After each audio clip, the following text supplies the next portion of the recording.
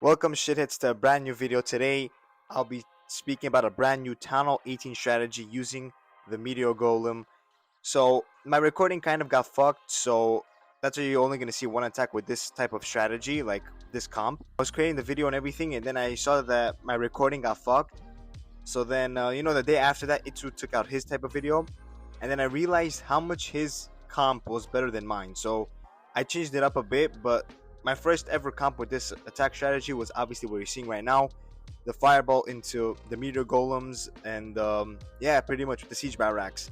Obviously, I did not have the maxed out P.E.K.K.A.s and also the maxed out wizards for the new town hall, but it still really worked out for me. I actually went really well for the past 2 days with this strategy. I averaged around plus 170, which is not the best, I know, but for an average player like myself, I feel like that's pretty decent.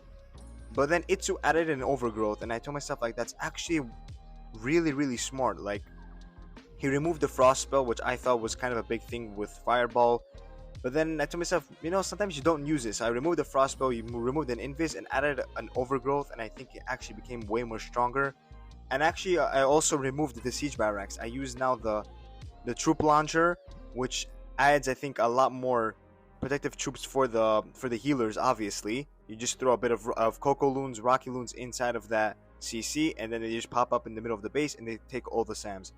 So in this variant, I feel like it was good in everything, but I just prefer with the overgrowth. But still, I'm not gonna copy Itsu's strategy. I actually prefer a bit of rocky loons, super rocky loons, and yeah. So let's get into that strategy right now. So here you guys have it, the army comp. The army comp is just what I said before, what I showed before. The 4 meteor golems with healers, with fireball on the warden, and an overgrowth. Just add an overgrowth with the troop launcher. I put the yak on the king. I feel like the yak on the king is good because I've used the strategy a lot, and always I time fill because the king cannot be through the walls. Like, the meteor golems can throw themselves through the walls, like over the walls, but the king always gets left behind. So I feel like always just having the yak on the king is really good. Just try not making the yak die too early. I put the phoenix on the RC because I rather just have the phoenix on the RC. I feel like she's a bit stronger, and yeah, that's pretty much it. But you could put again the phoenix on the king. I don't know, like, if you don't have the yak or you just prefer to put the phoenix on the king for yourself, then you could go for it. But yeah, anyway, I put the yak on the king. The few problems on this attack strategy I realized is just the warden kind of does not know what to do. I don't know if it's a bug in the game, but when the meteor golems throw themselves, sometimes the warden just runs up and then just dies because he just doesn't know what to do. He doesn't know to follow the back meteor golems or the front ones. So he just like kind of just gets mixed up, and a lot of times dies early. So you have to know how to control this comp. I feel like that's the only downside of this attack strategy. But in Legend League, it's really good. It's decent, I'll say. But in wars and everything else, this strategy absolutely dominates. It's actually a really strong strategy. Yeah, I've been having, like, there's not one time I did not triple with this strategy because the meteor golems just have so much HP. They're so beefy that they're just unkillable. So that's why I feel like they're really strong, especially in wars and everything CWL. But in Legends League, they're also really strong if you know how to use them. You know how to use the overgrowth. You know how to just catch the warden. You see the warden running a bit front, and invis him, because I feel like it's inevitable. The warden will sometimes just run up and die because he doesn't. I don't know if it's a bug or anything, but he just doesn't know what to do sometimes. And also the tomes. I realize the tomes sometimes they don't retarget the defenses. They don't retarget them. If your troop is too close to the defense, it just continues to attack and does not retarget, which is very interesting. I thought it always retargeted, but apparently it's not like that. But yeah, that's pretty much it about the strategy. You have to just know how to control, get a simple yet valuable fireball, and then just throw your meteor golems into the base. Put an overgrowth just to funnel the meteor golems into one path because they like to throw themselves around. So just make it clear to them and push them into one path on the base, so then they can all link up. And then afterwards, when it wakes up with the overgrowth, they can already spread out and clear the rest of the junk on the base. Obviously, I'm not doing live attacks because it's just so hard for me to like commentate and also attack. So obviously I did my live attacks and then I'm just commentating over it. So anyway, we're in the second attack now.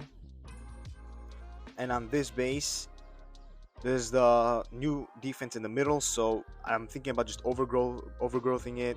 Trying to get a simple fireball because there's rage tower, so you have to pretty much fireball rage tower, especially in hard mode in Legends League. So I just check out the fireball. How much invis do I need? I see I could use around 2 invis spells, but I just don't want my warden to be to take quick damage. I'm just gonna put 2 and 3 in the outside, 1 for the warden.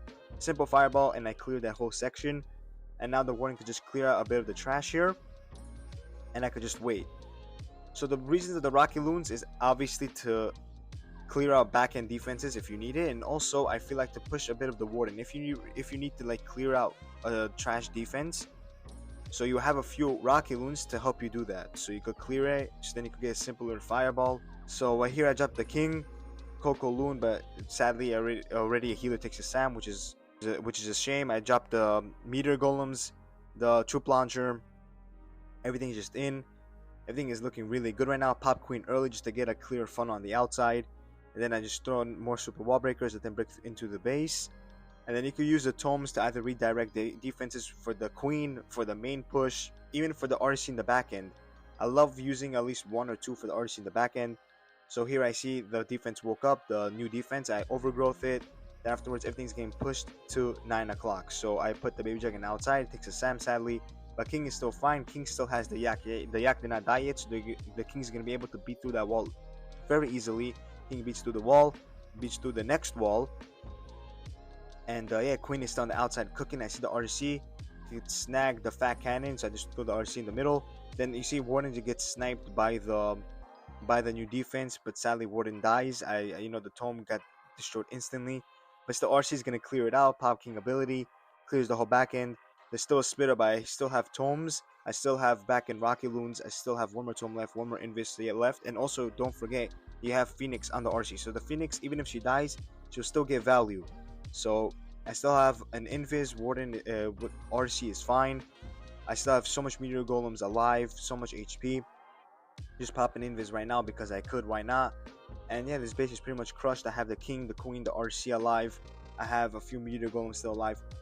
The only problem with downside about the strategy again is if your Meteor Golems split up, which is really smart with the overgrowth that Th18 did, and also the King just running up and dying. But other than that, the only thing that will stop you is probably a time fill. So definitely give the strategy a go. And yeah, pretty much that's pretty much it. Thank you guys for watching. Hope you guys enjoyed the video. Hope you guys enjoyed the strategy. If it's too hard, then if it's too hard for you to master, then don't use it. I feel like there's a bit of skill with this, especially in hard mode. I'm not talking about wars and CWL. I'm talking about hard mode. But yeah, I feel like they're pretty strong. If you know how to control them, they'll dominate so much bases. So give it a try. See you guys in the next video. Until then, take care, guys, and always keep clashing.